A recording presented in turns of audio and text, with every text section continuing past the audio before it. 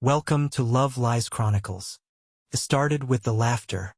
Not the normal, casual kind that comes from a shared joke or a happy moment between two people. No, this was different. It was the kind of laughter that lingered too long after a text message. The kind that made her eyes glow in a way I hadn't seen in years. It was subtle at first, just a few giggles here and there. But once you've spent years learning someone, you know when something shifts. And something had shifted. Megan, my wife of 7 years, was always a social person. But in the last few months, she had taken it to another level. Work parties, team dinners, late-night meetings that always ran just a little longer than expected. I used to trust her. I never questioned her before. But then, the patterns started forming. The bathroom texts, the sudden, unexplained gym habit, the defensive tone whenever I asked harmless questions. And then, the one thing that finally made my stomach twist, her friends. Megan had always had a tight-knit group of friends, couples we spent weekends with, game nights, BBQs. But suddenly, they started acting weird, too nice, too concerned. I'd walk into a room, and conversations would stop, as if I had interrupted something meant to be kept secret. Her best friend, Angela, was the worst at hiding things. "Marriage is hard, isn't it?" she had said one evening over drinks. "Sometimes, we just have to accept the ups and downs." I remember how her eyes shifted uncomfortably, how she avoided looking at me directly. That was the night I decided I wasn't going to be a fool. Megan always left her phone face down. Always. It was an old habit, but one that had become suspiciously rigid lately. It was a Friday night when she passed out early on the couch, her phone buzzing with another message. I waited, counted the seconds until her breathing evened out. Then I reached for it. The screen flashed with a preview. "Can't wait to see you again. Last night was amazing. Hope you're still thinking about me," winking face. The name on the screen? Ryan Work. Ryan. My fingers gripped the phone so tightly I almost crushed it. Ryan wasn't just some random guy from her office. He was the smooth-talking senior consultant she always gushed about. The one she claimed was so supportive of her ideas. The one she conveniently forgot to mention when talking about her late-night work projects. I placed her phone back as carefully as I could and walked away. My heart was pounding, my head spinning. I wanted to shake her awake and demand answers. But I wasn't ready. Not yet. I needed proof. For the next 2 weeks, I became a ghost in my own marriage. I didn't ask questions. I didn't start fights. I let her believe I was oblivious, that I still trusted her. Meanwhile, I started watching. I checked our phone records. Late-night calls. Always to Ryan. Always deleting her history. I followed her once. She had told me she was going to a team dinner. I watched from a safe distance as she parked in front of a fancy boutique hotel. No team. No dinner. Just her. And him. They walked inside, laughing. Something inside me shattered. The woman I had built my life with, the one who once promised me forever, had already moved on. And yet, everyone around us, the people who were supposed to be our friends, were still smiling in my face, pretending nothing was happening. They knew. They all knew. And suddenly, I realized, I wasn't just betrayed by my wife. I was betrayed by an entire circle of people I once called family. I went home that night, but I didn't sleep. I sat in the darkness of our bedroom, listening to the sound of Megan's even breathing. Tomorrow I would confront her, but I wouldn't do it blindly. I was going to destroy every illusion she had built. I woke up before the sun, my body running on nothing but adrenaline and silent rage. Megan was still curled up beside me, her breathing steady, her face peaceful. Peaceful because she had no idea that I knew. I stared at the ceiling, my mind racing. Today was the day. I had enough proof. The text messages. The hotel rendezvous. The way our so-called friends had covered for her, treating me like an idiot while she played house with Ryan. But I wasn't going to make a scene. Not yet. If Megan wanted to lie, I'd let her. One last time. At breakfast, I played my part. "Got any plans tonight?" I asked, casually sipping my coffee. She barely looked up from her phone. "Work dinner again. You know how it is." I nodded. "Of course. Where this time?" She hesitated just for a second. Same spot as last time. The new steakhouse downtown. Liar. I could see the micro-expressions. The nervous twitch of her lip. The way she tucked her hair behind her ear. A tell she'd had since college. Took everything in me to keep my expression neutral. Sounds good, I said. I'll probably just have a quiet night in. She smiled, completely fooled. You should. Relax a little. Relax. If only she knew what was coming. The moment she left, I got to work. First, I called in sick. No way I was sitting in an office while my wife paraded around town with her affair partner. Next, I packed a small bag not for leaving but for evidence collection. My phone, camera, and a voice recorder. If I was going to end this, I was going to do it right. By 6 p.m., I was parked outside the same hotel I had seen her and Ryan enter last week. I knew she'd come back here. Cheaters are creatures of habit. And I was right. At 6:42 p.m., Megan's car pulled into the lot. She wasn't alone. Ryan was driving. His hand was on her thigh. I gripped the steering wheel so tightly my knuckles turned white. My breathing slowed, controlled. Not yet. They laughed as they walked inside, his hand on the small of her back. She was wearing the dress, the black one I had bought for our anniversary last year. I let them have their moment, let them feel safe. Then I followed. I moved carefully like a shadow. The hotel lobby was empty except for a bored receptionist who barely looked up as I walked past. I checked the guest list. Ryan Parker. Room 314. I took the elevator, every floor feeling like a countdown to the end of my marriage. By the time I reached their room, my pulse was steady. No turning back now. I didn't knock. I kicked the door open. The scene inside was almost comical. Megan was in his lap, her lips inches from his, their drinks still untouched. Her laughter died the moment she saw me, her face drained of color. Jason. Ryan stumbled to his feet, stammering. Hey, man, what the hell? Shut the F*** up, Ryan. My voice was ice. Megan jumped up, her hands trembling. Jason, I can explain. Explain. I laughed, shaking my head. Explain what, Megan? That your work dinner involved straddling this piece of in a hotel room. Ryan took a step forward, trying to puff up his chest. Look, dude. I think you should. I turned my camera on him. Say it on record, Ryan. Go ahead. Tell me why you've been Angie my wife. He froze. Megan let out a strangled sob. Please, Jason, don't do this. Oh no, we are doing this. I stepped closer, my voice deadly calm. Because after this, you don't get to come home and pretend everything is fine. You don't get to lie to me, Megan.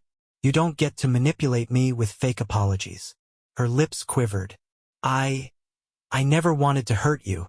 That's a lie, I snapped. If you cared about me at all, this wouldn't have happened. But it did. And now, I pulled out the stack of printed messages, the photos from the last few weeks. I threw them at her feet. Now you get to face the consequences. Megan's knees buckled as she collapsed onto the bed, burying her face in her hands. Ryan, for all his smugness, had nothing to say. I turned to leave. Then, at the last second, I turned back. Oh, and Megan? She looked up, eyes filled with sheer panic. I already filed for divorce this morning. Her mouth fell open. Ryan muttered, Jesus Christ. I walked out, slamming the door behind me, and I didn't look back. I expected the fallout, the pleading, the desperate apologies, the hollow promises that it was a mistake, that she still loved me. Cheaters always beg when they realize they've lost control. But what I didn't expect, what hit me the hardest, was the betrayal of the people I had once called friends. It started the morning after I exposed Megan and Ryan. I was sitting in my half-empty living room, sipping a coffee that tasted like nothing. The divorce papers were ready. Megan was at her sister's place, too ashamed to face me. My phone had been vibrating all morning, but I ignored it, until one name popped up on the screen. Mark, one of my closest friends. The guy who had stood beside me at my wedding. I sighed and answered, Hey man, I said, already bracing for the pity. His voice was tight. Jason, we need to talk. An hour later, I found myself at our favorite cafe, sitting across from Mark and Angela, Megan's best friend. Mark wouldn't meet my eyes. Angela had her arms crossed like a pissed-off schoolteacher. So, I said, my voice casual. Who's going first? Mark shifted uncomfortably. Look, Jason, we know you're hurting. But, I held up a hand. Stop. Just answer one question for me. I locked eyes with him. How long have you known? Mark flinched. Angela's lips parted slightly, but she quickly pressed them shut. There it was. My stomach twisted, but I didn't let them see it. I leaned back, crossing my arms. You knew, and you didn't say a damn thing. Angela had the audacity to roll her eyes. Jason, it's not that simple. I scoffed. Oh, it's actually very simple. You knew my wife was screwing another man behind my back. And instead of telling me, you covered for her. Mark ran a hand through his hair. It wasn't like that, man. We just thought it was a phase. That she'd come back to her senses. I laughed bitterly. A phase? Mark. She was F*** and another guy in a hotel room. Angela sighed dramatically. Look, Jason. We're not excusing what she did. But we're just saying maybe you should try to work it out. I stared at her. You're kidding, right? She leaned forward, lowering her voice. You've been together for years, Jason. Don't throw that away over one mistake. One mistake. I clenched my jaw. You think this was one mistake? I asked, my voice like steel. I have months' worth of messages. Hotel receipts. Secret calls. Do you think she just tripped and landed on Ryan? Angela bristled. It's not about that. It's about whether you want to save your marriage or let your pride ruin everything. That was when it hit me. They weren't trying to help me. They were trying to guilt me into forgiving her. I glanced at Mark. Do you agree with this? His jaw tightened. I just think, maybe you're acting too fast.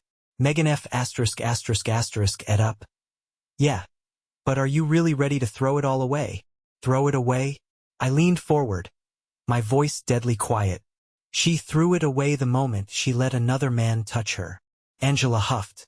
Jesus, Jason. Don't be so dramatic. I exhaled slowly, gripping my coffee mug so hard I thought it might shatter. Then I asked the question that had been eating at me. Who else knew? Silence. I scanned their faces, reading the guilt in their eyes. More people knew. Not just Mark. Not just Angela. Our entire friend group had kept this from me. I chuckled, shaking my head. Wow. You all just let me be the idiot in the room. Huh? Sitting at dinners, laughing, telling stories, while my wife was screwing another man. And you all knew. Mark sighed. Jason, it wasn't our place. I shot him a look. Not your place, Angela muttered. Maybe if you had been a better husband, she wouldn't have strayed. I froze. She covered her mouth, but it was too late. I pushed my chair back, standing up. There it is. The real truth. Mark opened his mouth, but I didn't give him the chance. I turned to Angela first. You're a snake. You always have been. I see now why you stuck so close to Megan. Because you both have the same rotten core. Her face twisted with anger, but I didn't care. Then I turned to Mark. And you? I exhaled sharply. You were supposed to be my best friend. And when my life was falling apart, you did nothing. Jason. I held up a hand. We're done. I turned and walked away. They didn't call after me. They knew. They had lost me. That night, my apartment buzzer rang. I knew who it was before I even answered. I opened the door, and there she stood, Megan, looking like absolute hell. Her hair was a mess, her makeup smeared, eyes swollen from crying. Jason, she whispered, her voice breaking. Please, can we talk? I stared at her, taking in the pathetic sight. Why? I asked. So you can spin me more lies? She shook her head rapidly. No, God, no. I F*** ed up. I know I did. But please, Jason, don't throw us away. Don't let this be the end.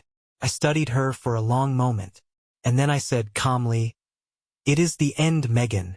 Her breath hitched. "Jason, please. I'll do anything." I stepped forward, my voice soft but firm. "You made your choice, and I made mine," she sobbed. But I didn't care anymore. I closed the door in her face. And this time I felt nothing. The door clicked shut behind Megan, her sobs muffled by the thick wood. I stood there for a few seconds, waiting to see if she would knock again. If she would scream, beg, try one last desperate move. She didn't. After a long moment, I heard her footsteps retreat down the hallway. And just like that, she was gone. Gone from my home. Gone from my life. Gone from my heart. I turned away, exhaling slowly, letting the silence settle around me like a warm embrace. For the first time in weeks, maybe months, I felt something close to peace. The next morning, I woke up with a strange sense of clarity. No more hesitation. No more waiting for things to magically fix themselves. It was time to clean house, literally and figuratively. First, I gathered everything Megan had left behind. Clothes, jewelry, every little reminder of her existence in my space. I shoved it all into black trash bags and dropped them outside. If she wanted her things, she could come pick them up. Then, I changed my phone number. No more texts. No more pleading calls. No more friends trying to convince me to reconsider. Next, I cut off everyone who had known about her affair and stayed silent. Mark, deleted. Angela, blocked. Every mutual friend who had chosen neutrality, gone. I wasn't interested in explanations. I wasn't interested in fake apologies. If they had been okay with me being the fool, they didn't deserve a place in my new life. And finally, I signed the last of the divorce papers. 3 days later, I got an email from her. It was long, rambling, filled with the same predictable cycle of guilt, regret, and delusion. She still loved me. She had made a mistake. She wanted to fix things. She even had the nerve to say, "Can't we just put this behind us and move forward?" I stared at the screen, my fingers hovering over the keyboard. And then I laughed. Laughed at how predictable cheaters were. Laughed at the sheer audacity of a woman who had broken her vows, shattered my trust, and somehow thought I'd just forget. I typed a single response. "Megan, you and I are done. I have no anger left. No sadness. No love. You are nothing to me now. Do not contact me again." Then I hit send. And just like that, I felt lighter. Over the next few weeks, something incredible happened. I started living again. No more walking on eggshells. No more questioning my reality. No more feeling like an afterthought in my own marriage. I poured myself into my work. Reconnected with my family. Found a new group of friends. People who actually had my back. I moved into a new apartment. Bought new furniture. Redecorated everything to reflect me. Not the ghost of my failed marriage. For the first time in years, I was building something for myself. And it felt damn good. One evening, months later, I was out with some friends at a rooftop bar, laughing over drinks. The city skyline stretched before me. A sea of golden lights, the air crisp and alive. That's when I saw her, Megan. She was sitting alone at a table near the edge, stirring a half-empty glass of wine. Her hair was messier than usual, her eyes dull. For a brief second, our gazes met. She opened her mouth. Maybe to say something, maybe to plead, maybe just to acknowledge the weight of everything that had happened. I simply smiled. Then I turned away. She was my past. And my future? It had never looked brighter. Dear listeners, please share your thoughts in the comments, and do not forget to like, share, and subscribe to the channel.